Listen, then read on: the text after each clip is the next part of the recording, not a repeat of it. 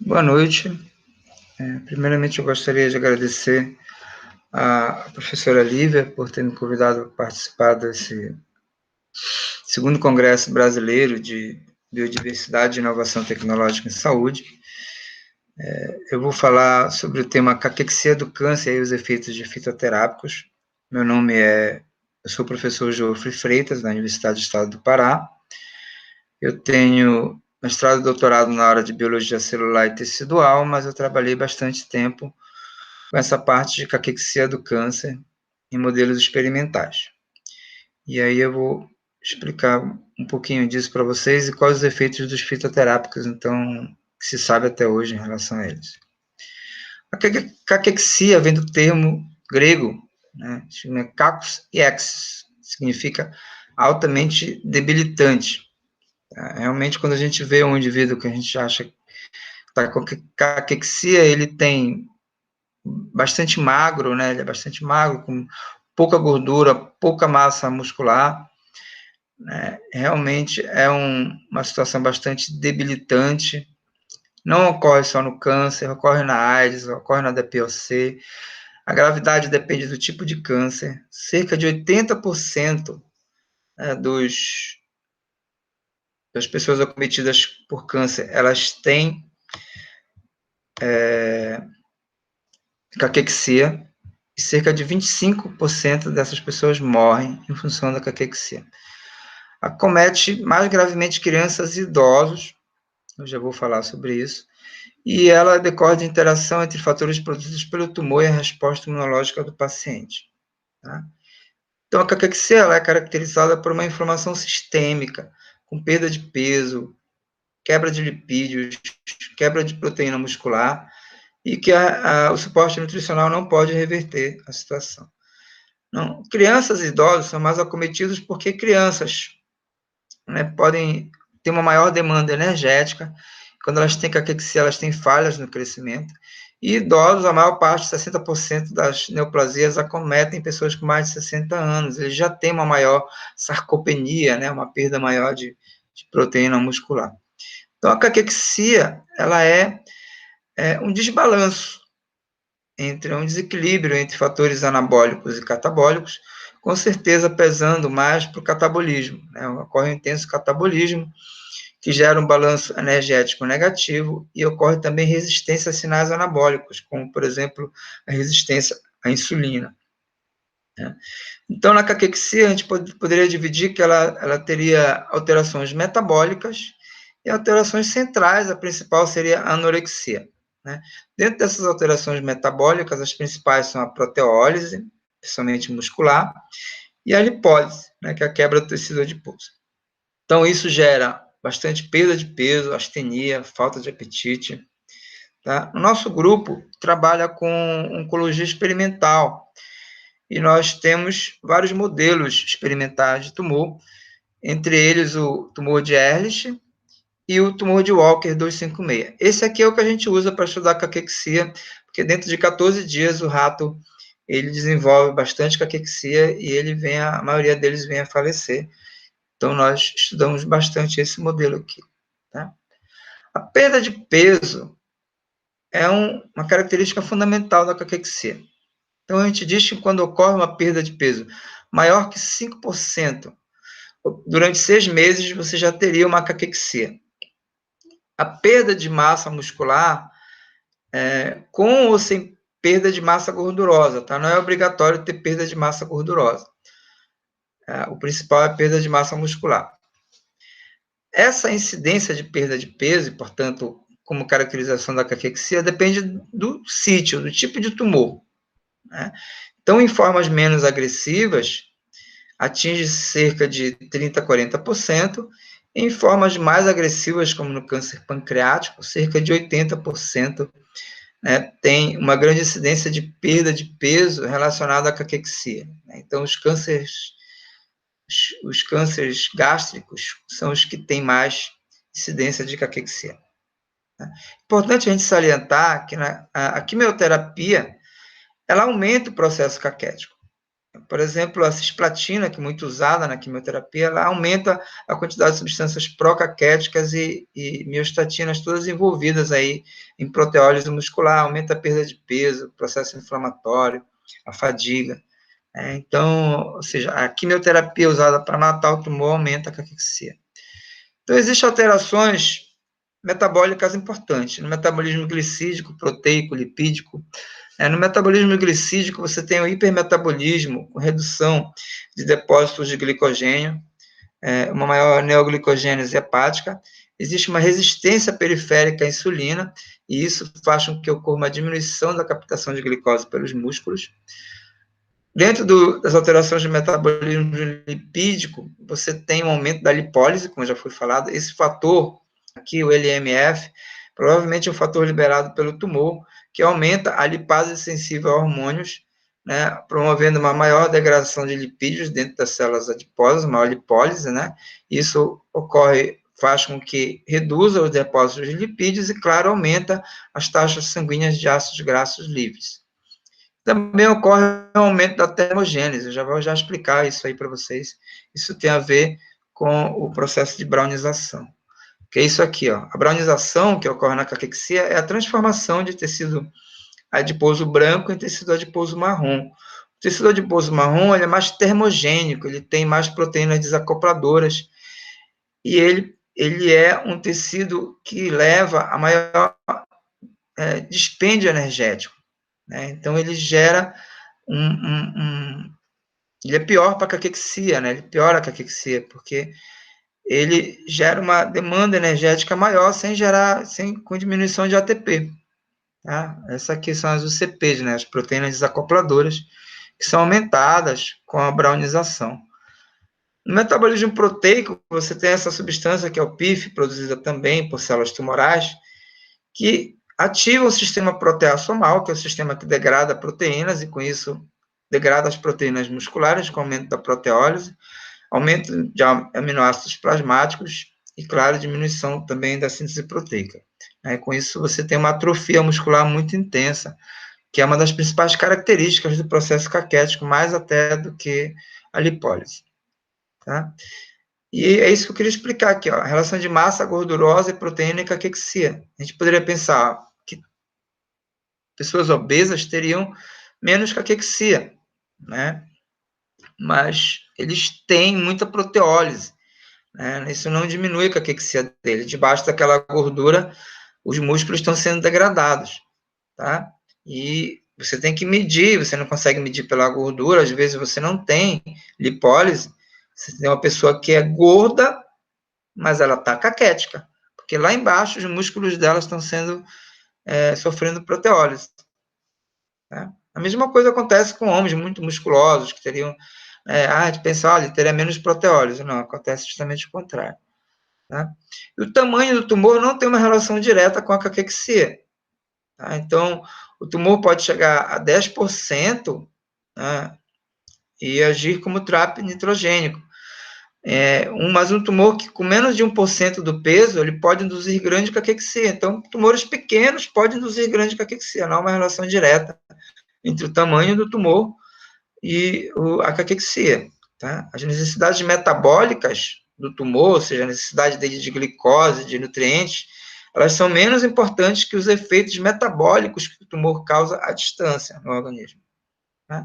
Aqui é só um quadro mostrando que você tem bastante alteração do sistema imunológico, tanto substâncias produzidas no sistema imunológico como pelo próprio tumor, estão agindo em vários sítios do organismo, como cérebro, tecido adiposo, fígado, músculo, estriado esquelético, pâncreas, trato gastrointestinal, causando alterações importantes. Com certeza, né, hoje já está bastante comprovado que a maioria desses mediadores catabólicos estão relacionados a citocinas. Então, você teria citocinas liberadas. A citocina liberada pelo sistema imunológico, como TNF-alfa, interleucina 1 beta, interleucina 6, interleucina 8, interferon gama, diminuição de citocinas anticaquéticas, como interleucina 10, outros mediadores catabólicos liberados pelo próprio tumor, como o PIF, que age no músculo, o LMF, que age no tecido adiposo. Tá? O TNF, por exemplo, ele teria a capacidade de ativar NF-κB, o sistema proteasomal, né, aumentando essa degradação proteica no músculo, ativa também as UCPs, né, que são as proteínas desacopladoras, causando uma maior demanda energética, promove acúmulo de neutrófilos e macrófagos no músculo, que é um marcador importante de caquexia. A interleucina 1-beta, por exemplo, quando ela age no sistema nervoso, ela causa anorexia, ocorre um aumento de triptofano, né, devido, por exemplo, à quebra muscular, de aminoácidos, isso aumenta a serotonina induz saciedade. A interleucina 6 é conhecida como uma citocina pró-inflamatória, induz inflamação, suprime a síntese de proteína muscular, induz lipólise, brownização, tá? Então, essas citocinas, elas com certeza estão bastante envolvidas nesse processo caquético. Aqui são mais algumas teorias, né? E o processo inflamatório, com certeza, ele é fundamental para se entender o que é a caquexia, porque a caquexia, considera-se a caquexia um processo inflamatório sistêmico e crônico. A gente sabe que uma inflamação, ela é um processo que precisa ser resolvido, mas no caso da caquexia, ele não é resolvido, né? Ele persiste, né? E se torna uma inflamação sistêmica, que cronifica e gera a caquexia. O diagnóstico da caquexia, ele não seria difícil, né, de ser feito, né? Você perda de peso, né? Normalmente é subdiagnosticada, né, a caquexia, isso é importante falar, dobras cutâneas para ver tecido adiposo, a circunferência do músculo, né? Existem parâmetros para você medir isso, inclusive em músculos específicos, né?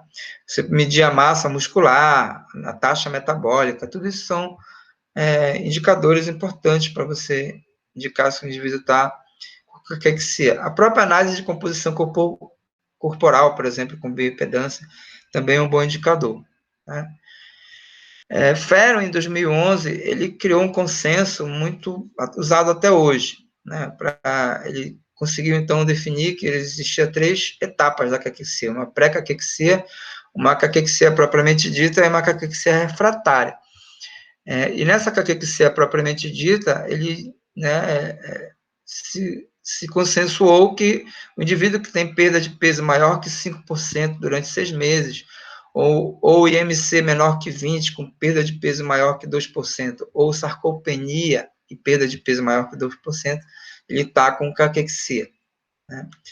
Numa fase mais avançada, que seria a caquexia refratária, em que a perda de peso chega a mais que 15% durante 6 meses, o indivíduo já não está responsivo. Basicamente, nesse momento, né, você tem que só cuidados paliativos mesmo, né, que justamente por isso, né, se criou esse consenso para justamente saber quais são as diferentes estratégias terapêuticas que serão usadas para cada momento desse processo caquético, né? Na pré-caquexia, na caquexia e na caquexia refratária. O nosso grupo criou um manual para detecção de caquexia tumoral em ratos, medindo coisas simples, pelo, mobilidade, postura, alteração de peso, alteração visual do dorso, palpação do dorso, coisas bem simples, para você dizer, olha, o rato está em determinado grau, e a gente separou em diferentes graus de caquexia, isso, de acordo com essas pontuações. A gente pode ver aqui, ó, o rato bem caquético, quase morrendo nesse ponto. Tá? Então, a caquexia seria isso, uma síndrome multifatorial, com perda contínua de músculo esquelético, não é reversível por suporte nutricional, balanço energético proteico negativo, né? E essa combinação de anorexia e metabolismo anormal. Tá? A anorexia, que é uma coisa que a gente estudou bastante, é essa diminuição da ingestão alimentar. E provavelmente, né, o que se sabe até hoje é que são substâncias, uma série de substâncias que atingem o sistema nervoso, provocando essa saciedade, mesmo que o indivíduo esteja com uma necessidade de se alimentar melhor. É importante diferenciar a inanição, né, que é o processo de restrição alimentar, da anorexia. Na inanição, né, quando você tem restrição alimentar, a glicose é substituída por corpos cetônicos, a perda de gordura e, no início, conservação de proteína. Na anorexia do câncer, você tem perda de massa gordurosa e você não tem essa conservação da massa proteica, você tem perda de proteína muscular. né? Então, como eu falei, esses mecanismos centrais provavelmente envolvem citocinas que agem em receptores hipotalâmicos, diminuindo a expressão de neurotransmissores envolvidos na fome, no estímulo da fome, como o neuropeptídeo Y, a grelina, o aumento de triptofano plasmático, aumentando a serotonina, causa também essa diminuição nessa expressão desses estimuladores da fome. Tá? Aqui a gente vê que realmente os ratos comem muito menos, né? À medida que avança a caquexia. O hipotálamo, com certeza, é uma região importante, sinalizadora com seus núcleos e os seus neurotransmissores orexigênicos e anorexigênicos, tá? Porque ali você tem neurônios que estimulam a fome, neurônios que estimulam a saciedade. Esses neurônios são estimulados de forma diferente, né, por sinais periféricos, e a leptina, ela teria um papel importante, por exemplo, em bloquear neuropeptídeo Y, né? E as citocinas liberadas pelo tumor, parece que elas agem como a leptina, né? Elas parecem que inibindo, né, neurotransmissores relacionados à fome e estimulando neurotransmissores relacionados à saciedade, ou seja, as citocinas simulariam substâncias que induzem saciedade no cérebro, seria mais ou menos isso. Aqui a gente tem os camundongos, por exemplo, que não tem leptina. Tá? Então, novamente, as citocinas estão envolvidas aí, TNF-alfa, interleucina beta, interleucina 6. Né? Nós publicamos trabalhos mostrando que ocorre estresse oxidativo no cérebro desses animais. Nós fomos os primeiros autores que falamos que ali poderia estar ocorrendo processo de neuroinflamação. Nessa época ninguém falava sobre isso, né? Em que você tem o hipotálamo, uma região que controla a fome, em que você tem aumento de interleucina 1 beta, com aumento do eixo hipotálamo hipofisário adrenal, isso aumenta as glicocorticoides, que pode estar causando lipólise e proteólise. Também ocorre aumento de serotonina, pela maior disponibilidade de triptofano, e com isso diminuição de neuropeptídeo Y, e com certeza maior saciedade. Tá? E realmente nós vimos que no cérebro dos ratos com tumor caquéticos ocorre uma maior expressão de TNF-alfa e também de interleucina 1 beta. Nós vimos nos nossos experimentos isso. Vimos também, medimos o estresse oxidativo no cérebro desses animais, vimos que ocorre uma maior peroxidação lipídica em várias regiões cerebrais, tá? Que ocorre maior ativação de células da micróglia, e a gente sabe que as células da micróglia estão envolvidas no processo inflamatório, são células que produzem maior quantidade de espécies reativas de oxigênio, e, portanto, podem estar relacionadas com esse processo de anorexia. Tá? E aí nós vamos finalizar falando aqui de o que se sabe até hoje de produtos naturais que podem ter potencial biotecnológico no caso da caquexia do câncer, né? Nós, no nosso laboratório, temos testado algumas substâncias, produtos naturais da Amazônia, como a aloe vera, um cariotomentosa, terpolerácea, e temos publicado alguns trabalhos. Nós, normalmente, fazemos avaliação tanto do efeito anticancerígeno como do efeito anticaquético. Por exemplo, nós publicamos esse trabalho aqui, ó, com o açaí. O açaí ele teve algum efeito antitumoral, mas não teve efeito anticaquético, por exemplo, né? Nós publicamos esse trabalho mostrando isso. Mas dentre os produtos naturais da Amazônia, um que a gente, né, tem visto que tem uma importância muito grande em diminuir a fadiga em pacientes com câncer é o guaraná. Então, ele tem demonstrado, uma planta nativa da Amazônia, ele tem propriedades estimulantes, né? Ele tem cafeína, mas alcaloides, saponinas, e ele diminui substancialmente a fadiga em pacientes com câncer, e não houve aumento de insônia, de ansiedade nesse trabalho publicado aqui com Guaraná. Mas, com certeza, quem mais entende dessa área são os orientais, os asiáticos. Né? Eles têm a chamada medicina campo, a medicina tradicional japonesa, ela utiliza normalmente essas plantas medicinais na saúde rotineira dos pacientes atendidos em órgãos públicos. Mas ali o que acontece? Ocorre uma padronização, existe uma padronização da qualidade, da quantidade, da composição desses extratos, é tudo muito controlado pelo Sistema Nacional de Saúde japonês. Eles são regulados como se fossem medicamentos farmacêuticos, não como suplementos, como é aqui. Tá? Precisam ser aprovados pelo Ministério da Saúde. Então, eles usam muito porque eles estudam muito, eles conhecem muito as propriedades desses extratos, né? E isso é muito monitorado. A indústria, o governo monitora tanto a plantação quanto a produção, ou seja, não tem, né, eles procuram eliminar qualquer contaminação. E realmente eles são estudados por técnicas modernas de biotecnologia para avaliar sua eficácia, vou já mostrar isso. 70% dos médicos japoneses prescrevem extratos de plantas para seus pacientes.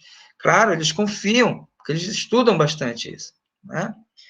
Então, esse trabalho aqui é de 2020, ó, muito interessante, porque ele justamente compila, né, essas substâncias muito utilizadas lá, principalmente no Japão, né, não sei nem se você pronunciar, Roxoekito, Juzental e Roto e o Riconchito, né, são as principais substâncias, que eles já viram que tem realmente efeitos anticaquéticos, e eles utilizam isso nos seus pacientes, né, coisa que a gente não tem, nós não temos no Ocidente nenhuma droga assim eleita, né, nada realmente totalmente determinado para diminuir o processo caquético.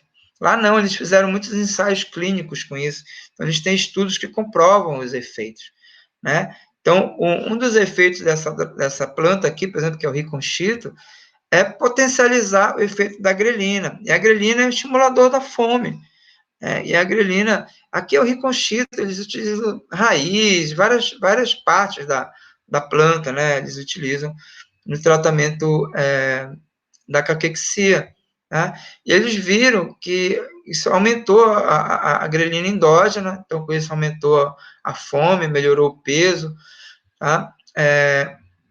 Por quê? Porque a própria serotonina que está aumentada na caquexia diminui a secreção de grelina.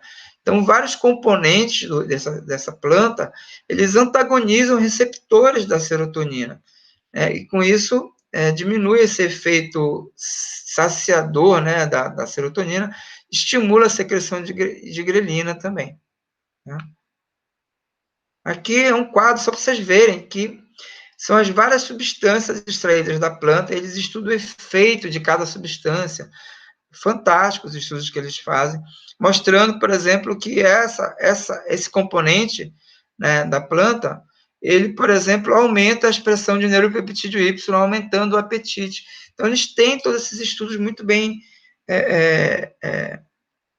detalhados, tá? Então, eles viram, né, que esse riconchito, ele realmente aumenta a ação da grelina. A grelina, por sua vez, diminui a secreção de citocinas pró-inflamatórias, tá? Então, com certeza, a melhor forma de tratar o câncer é a cura, mas nós temos que diminuir o sofrimento do paciente. A caquexia, ela causa muito sofrimento. Então, nós temos que pensar não só na cura do tumor, mas também nesse processo caquético, tá? Vocês terem uma ideia, ó, eles estudam as moléculas todas envolvidas nessa mTOR aqui, eles viram que essas substâncias extraídas de plantas aumentam a mTOR, que por sua vez está envolvida no aumento de síntese proteica, no crescimento do músculo, e isso melhora, né, a síntese proteica nesses indivíduos com caquexia, um negócio muito importante, né? Tá? Então, eles têm realmente dados de pacientes em que eles mostram que essas plantas diminuem a perda de peso, diminuem a fadiga, né? Um número grande de pacientes estudados, ó, aumenta a sobrevivência, né? Ó, de 49 para 24 meses em câncer de carcinoma hepatocelular, em câncer de pâncreas, né? Em pacientes com COPD, em pacientes idosos, melhora de peso, diminuição dos níveis de citocinas. Eles usam isso com os pacientes, então eles têm estudos clínicos sobre isso. Tá? E só para finalizar, né, a gente vê então que as plantas medicinais, aqui no Ocidente, elas não são tão aceitas, né? Porque eu acho que é porque há poucos estudos. E realmente é uma complexidade, a gente não sabe o que tem de substâncias ali. Pode ter substâncias que fazem bem, pode ter substâncias que fazem mal. Né? Nós não temos esse controle, né, de qualidade e reprodutibilidade como eles têm lá. Nós não fazemos nem ensaios clínicos, deve ser muito difícil a gente aprovar um ensaio clínico com o extrato vegetal, né? Então, mas na nossa região é importantíssimo isso, né, gente? Porque nós temos muito, com certeza, muitos princípios ativos nessas plantas importantes, não só para o tratamento do câncer, mas para o tratamento da caquexia. Tá? Esse aqui é o meu grupo de trabalho, os professores e alunos do meu laboratório.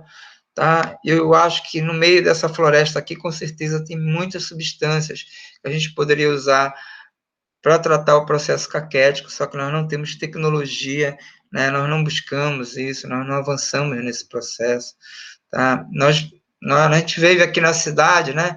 A gente não consegue atravessar o rio e ver, né, toda essa biodiversidade, toda essa capacidade que a gente poderia ter de tratar, né, essas doenças com essa potencialidade. Tá? Eu agradeço aqui para vocês. Boa noite.